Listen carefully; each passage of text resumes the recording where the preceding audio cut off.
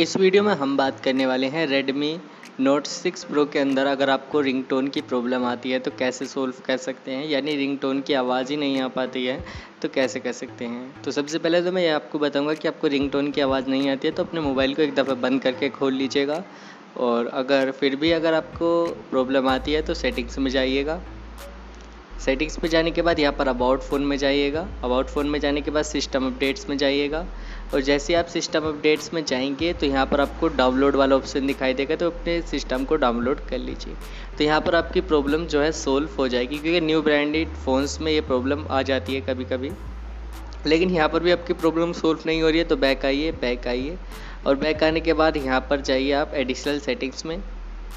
Additional settings पर जाने के बाद यहाँ पर बैकअप एंड रीसेट पर जाइए और अपने फ़ोन को फॉर्मेट मार लीजिए, तो आपकी प्रॉब्लम जो है सोल्व हो जाएगी।